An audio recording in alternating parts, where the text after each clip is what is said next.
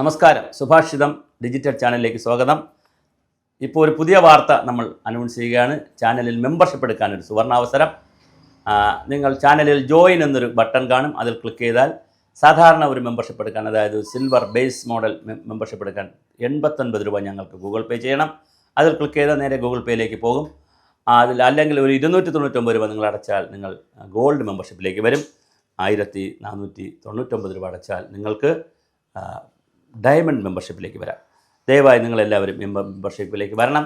കാരണം ഞങ്ങളെ സംബന്ധിച്ച് ഇതിൻ്റെ സാമ്പത്തികം ഞങ്ങളുടെ ഒരു വലിയ വിഷയമാണ്. ഇത് ജനങ്ങളുടെ ഒരു ചാനലായി കൊണ്ടുപോകുന്നതിന് നിരവധി സാമ്പത്തിക സഹായം ആവശ്യമുണ്ട്. യൂട്യൂബിൽ നിന്ന് കിട്ടുന്ന വരുമാനത്തിന് ഇപ്പോൾ പരിമിതിയുണ്ട്. ഭാവിയിൽ അതൊക്കെ ചിലപ്പോൾ ഞങ്ങൾ ബ്രേക്ക് ഈവൻ ആകുമായിരിക്കും. എന്തായാലും ഞാൻ വിഷയത്തിലേക്ക് വരാം. നരേന്ദ്രമോദി ഇന്നലെ വളരെ അതിവൈകാരികമായി ഒരു പോസ്റ്റ് ഇട്ടിട്ടുണ്ട്. അദ്ദേഹത്തിൻ്റെ അമ്മയെ ആരോ ഇങ്ങനെ തെറി പറഞ്ഞു. ഒരു പ്രാദേശിക നേതാവ് തെറി പറഞ്ഞു. തെറി പറഞ്ഞതിലല്ല അദ്ദേഹത്തിന് സങ്കടം. തെറി പറയുന്ന പ്രാദേശിക നേതാക്കൾ പലരെയും തെറി പറയും. അങ്ങനെ രാഷ്ട്രീയത്തിൽ എല്ലാവരെയും വായടച്ചുകൊണ്ട് കാറ്റടിക്കുന്ന സ്ഥലത്തെല്ലാം വേലി കെട്ടി ഒഴുകുന്ന വെള്ളത്തിനെല്ലാം തടയണ ഉണ്ടാക്കി വരുന്ന കാറ്റിനെല്ലാം പ്രതിരോധിച്ച് മനുഷ്യർക്ക് പോകാനാകില്ല. പൊതുരംഗത്ത് നിൽക്കുമ്പോൾ സ്വാഭാവികമായിട്ട് തെറിയും ആക്ഷേപമെല്ലാം കേൾക്കേണ്ടി വരും. അതിലല്ല അദ്ദേഹത്തിന് പ്രയാസം.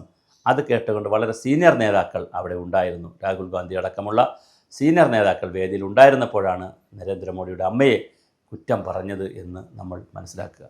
എന്തായാലും നരേന്ദ്രമോദിയുടെ അമ്മയെ കുറ്റം പറയാൻ ഇന്ത്യയിൽ ഇന്ന് ജീവിച്ചിരിക്കുന്ന ഒരു മനുഷ്യനും യോഗ്യതയില്ല എന്നുള്ളതാണ് പ്രധാനം. എന്തുകൊണ്ടെന്നാൽ അദ്ദേഹം പ്രധാനമന്ത്രി ആയതിനു ശേഷം ഗുജറാത്ത് മുഖ്യമന്ത്രി ആയപ്പോഴും പ്രധാനമന്ത്രി ആയപ്പോഴും വേണമെങ്കിൽ എല്ലാ രാജകീയ പ്രൗഢികളോടും ജീവിക്കുന്ന, പ്രത്യേകിച്ച് ഇന്ത്യയിൽ പ്രസിഡന്റ് കഴിഞ്ഞാൽ രണ്ടാമനാണ്, രാഷ്ട്രീയ പവർ കൊണ്ട് ഒന്നാമനുമാണ്. അദ്ദേഹത്തിൻ്റെ വീട്ടിൽ എല്ലാ രാജകീയ സുഖ സൗകര്യങ്ങളോടുകൂടി അമ്മയെ പാർപ്പിക്കാം.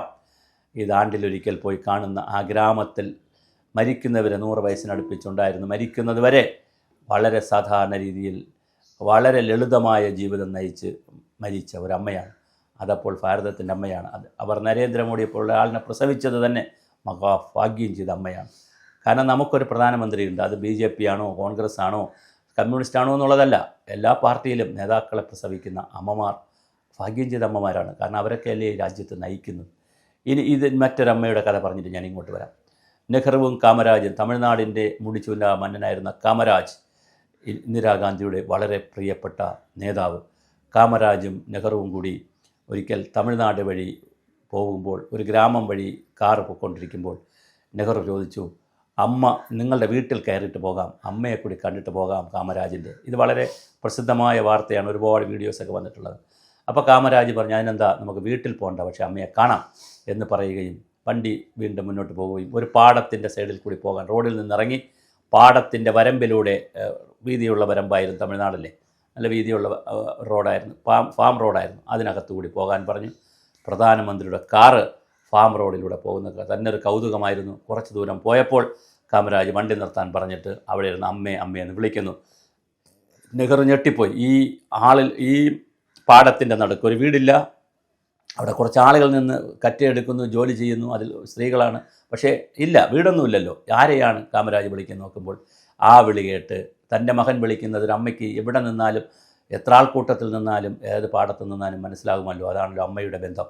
അമ്മ അപ്പോൾ തന്നെ ഓടിയെത്തി. അപ്പോൾ ചേർ നിറഞ്ഞു നിൽക്കുന്ന, ശരീരം മുഴുവൻ ചേറുള്ള ഒരമ്മയെ നെഹ്റു കാണുകയാണ്. അപ്പോൾ കാമരാജ് പറഞ്ഞു, ഇതാണ് എൻ്റെ അമ്മ.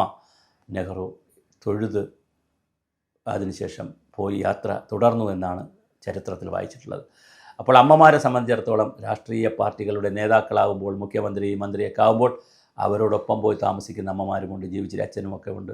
പിന്നെ രാജകീയ പ്രൗഢിയിലായിരിക്കും ജീവിക്കുന്നത്. അല്ലാതെ ഗ്രാമത്തിൽ തന്നെ താമസിച്ച് ജീവിക്കുന്ന അമ്മയുമുണ്ട്. അപ്പോൾ മോഡിയെ സംബന്ധിച്ചിടത്തോളം അമ്മ ഗ്രാമത്തിൽ തന്നെ ജീവിച്ച ഒരു സാധാരണ അമ്മയായി ജീവിച്ചു.